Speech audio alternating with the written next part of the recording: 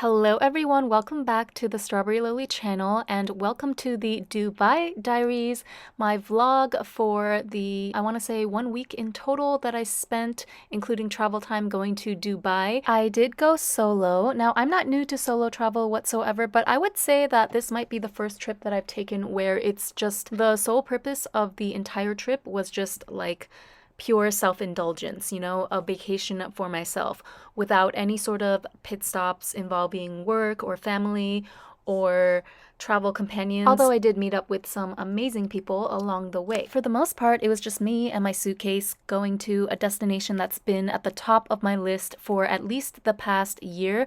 Why, you ask?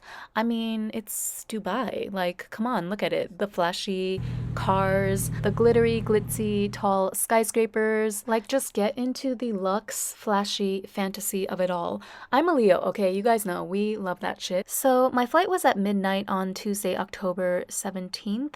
It was my first time flying with Emirates, and I would say it was a pretty good experience overall. Direct from Haneda Airport to Dubai International, checked in, got situated without a hitch. I did pay a little bit extra for an exit row seat, and although you obviously get the benefit of more legroom, I honestly don't know if I would elect to choose an exit row seat again, just because there were a lot of people during my flight to Dubai in particular that kept going up and like just hanging around that empty space in front of me. One guy, I kid you not, must have gotten up at least 10 times to look out the window in the door next to me. There was another lady that straight up sat in the space in front of me and started doing her yoga stretches or something. Like, I cannot make this up. I understand that the flight is 13 hours and people get antsy, they need to get up, they need to stretch, but it was just not the vibes for me. It was giving very peasant.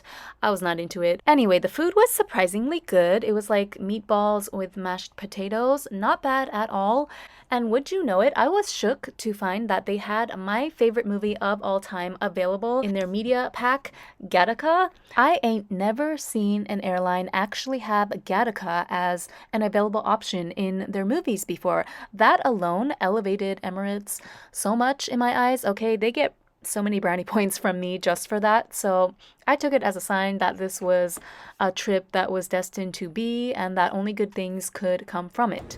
So I landed really early in the morning, like 6:30 a.m. Because I have a US passport, they gave me a tourist visa stamp upon arrival, and they also give you this free 24-hour use SIM card. It said that you could renew or like add another package after the 24 hours was up, but honestly, I was not successful when I attempted to do so, so I would have been better off just buying a brand new SIM card for 7 days or something, which I ended up having to do anyway later on in my trip at Dubai Mall. I got my international SIM from Etisalat. I heard it has slightly better service than DU or Do. But anyway, back to the airport. So customs, everything went really smoothly. As soon as I got out, I basically hopped straight into an Uber to my first accommodation near the Jumeirah Beach residence area. So you can see here pretty much from the very first moment I got to take in some iconic views. This one is the Dubai Golden Frame. Do you have any other recommendation, like unique one? Not just Museum of Future. So, as the taxi driver said, this is the Museum of the Future right here.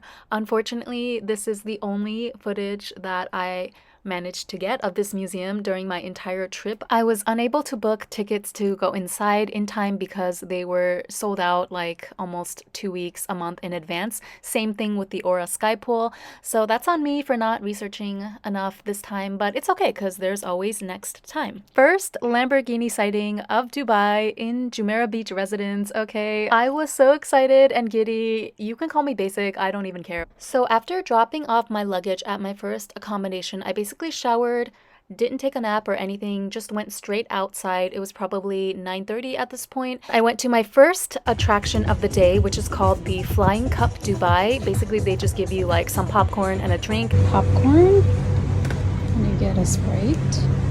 And they lift you up in this contraption so that you can see a 360 view of the Dubai JBR area. And you guys, tell me why it was only me at this thing.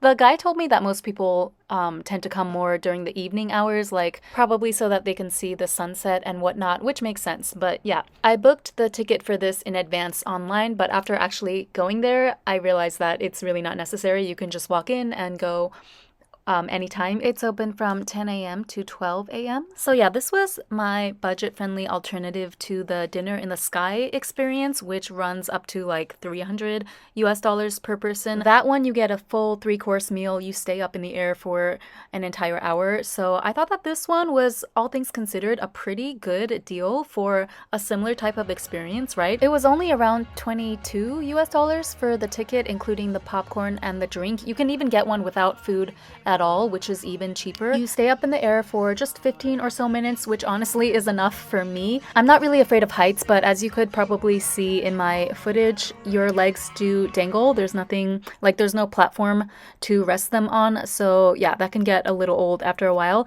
15 minutes was just the perfect length for me. So after I got back on the ground, it was just about time for me to meet up with my new friend Riza. I connected with her through this Facebook group for like solo female travelers around the world. So amazing, amazing human being. We grabbed a bit of lunch at this brisket place. I think it might have been an American chain even. I don't remember the name.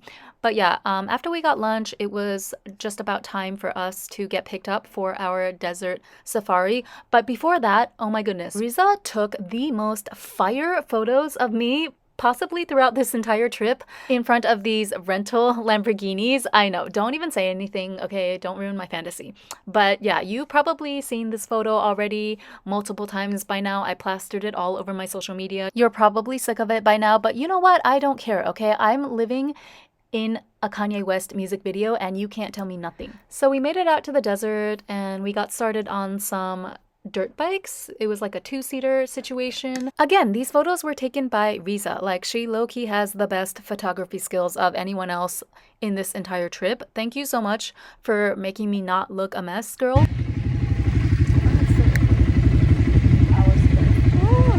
my god, my scarf is like... Apparently, my driving style is a little bit reckless, or so I've been told by certain parties, but I don't know. I feel like I thought that was the whole point of dirt bike driving through the desert, so I thought it was appropriate for the situation. I apologize if I made anyone feel uncomfortable. No license! Yes! Insurance!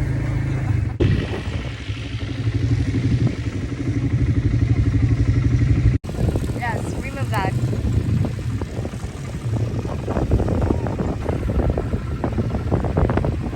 No, it's against the light. You should be, you turn around.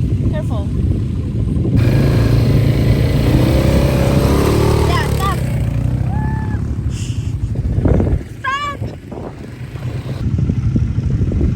Yes. Wow, nice. Yes. She is single. Oh my god, this is really like soft. Yeah, you're welcome. Yep. Hello. वाचली yeah. Because you look in the back, that's why.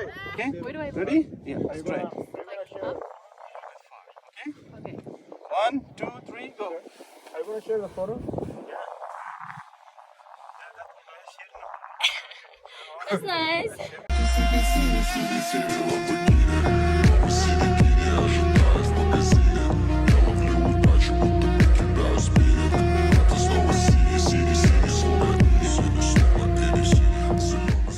So after our sand shenanigans, we headed over to the barbecue place where they also had the belly dance and fire dancing shows.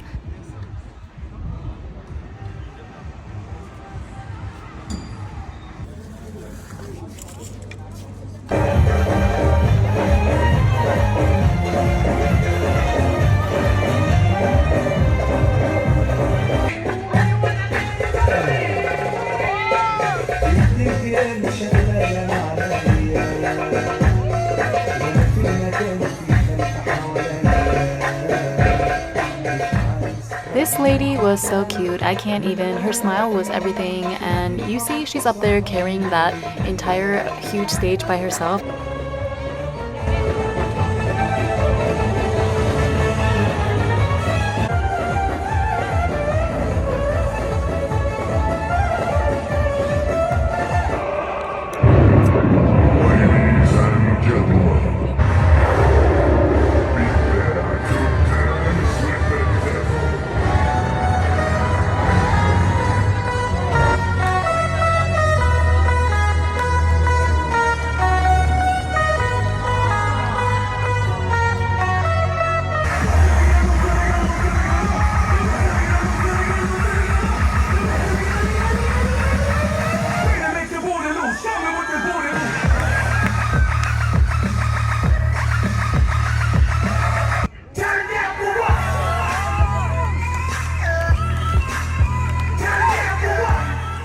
You know, when you see someone juggling like literal flaming rods of fire in front of your face, tossing it up and catching it as if it was nothing, it kind of puts things into perspective for you.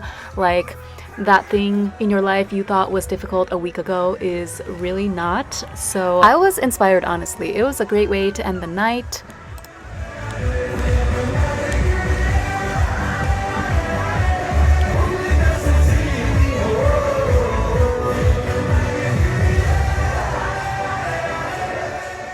So we headed back to the city, and I guess I was just riding high off the adrenaline or something, even though I hadn't had a proper sleep for 48 hours at that point. I still had enough energy to go to the Dubai Mall with Riza, plus I just wanted to spend a little more time with her because it turned out that we were not able to meet for the rest of this trip. So there's a floor in the Dubai Mall where you can go out on the deck outside, and there's a great view of the Burj Khalifa there. So that's how we decided to officially end our night. We went out there, got some pictures with the Burj Khalifa in all her glory, and that was the end of my day one in Dubai. Oh, and I also got my Metro card, which is called a Knoll card here. When I first time I got here during the daytime and it was so hot, like 40.